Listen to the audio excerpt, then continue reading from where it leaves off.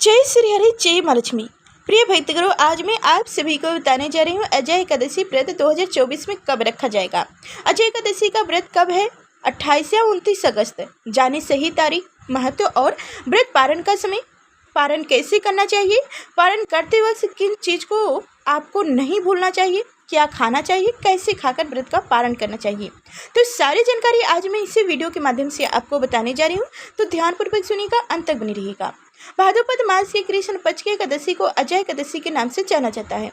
पद्म पुराण में अजय एकादशी को बहुत ही पुण्य फलदायी बताया गया है। इस एकादशी का महत्व इसलिए भी अधिक बढ़ जाता है क्योंकि यह जन्माष्टमी से 4 दिन बाद आती है।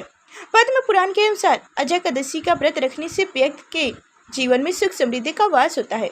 साथ ही इस दिन व्रत रखने से व्यक्ति के जीवन में सुख समृद्धि और मोक्ष की प्राप्ति होती है। साथ ही व्यक्ति के सभी पापों से मुक्ति मिलती है। तो आइए जानते हैं अजय एकादशी का व्रत की तारीख, महत्व और मुहूर्त, पारण का समय, पारण कैसे करना चाहिए। तो सबसे पहले जान लेते हैं अजय एकादशी का मुहूर्त। अजय एकादशी तिथि का आरंभ होगा 28 अगस्त को मध्य रात्रि 1:20 पर हो रही है।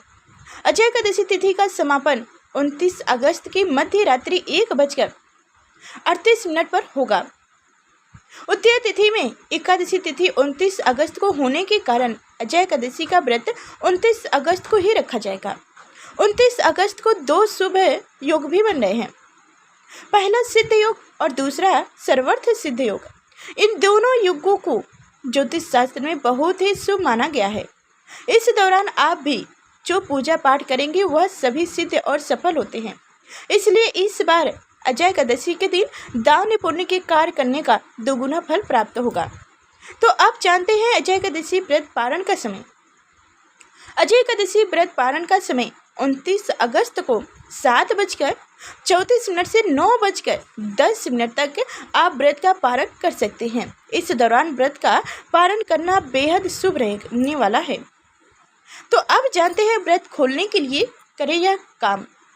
धार्मिक ग्रंथों के अनुसार भगवान विष्णु को तुलसी दल प्रिय है, इसलिए उनकी पूजा में तुलसी ना हो तो वह पूजा या भोग स्वीकार नहीं करते। इसलिए भगवान विष्णु के व्रत में तुलसी का उपयोग जरूरी है।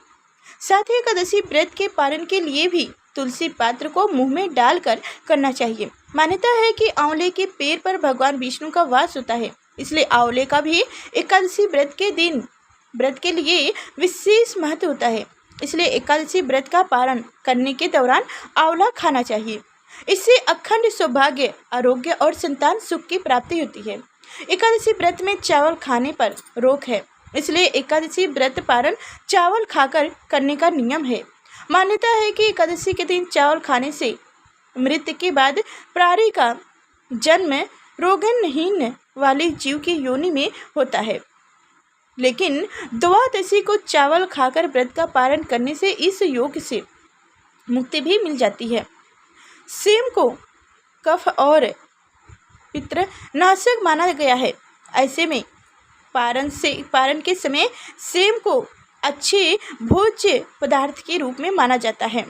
मान्यता है कि एकादशी व्रत पारण के लिए पकाए जा रहे भोज में गाय के घी का उपयोग जरूर करना चाहिए। ये सेहत के लिए भी अच्छा होता है।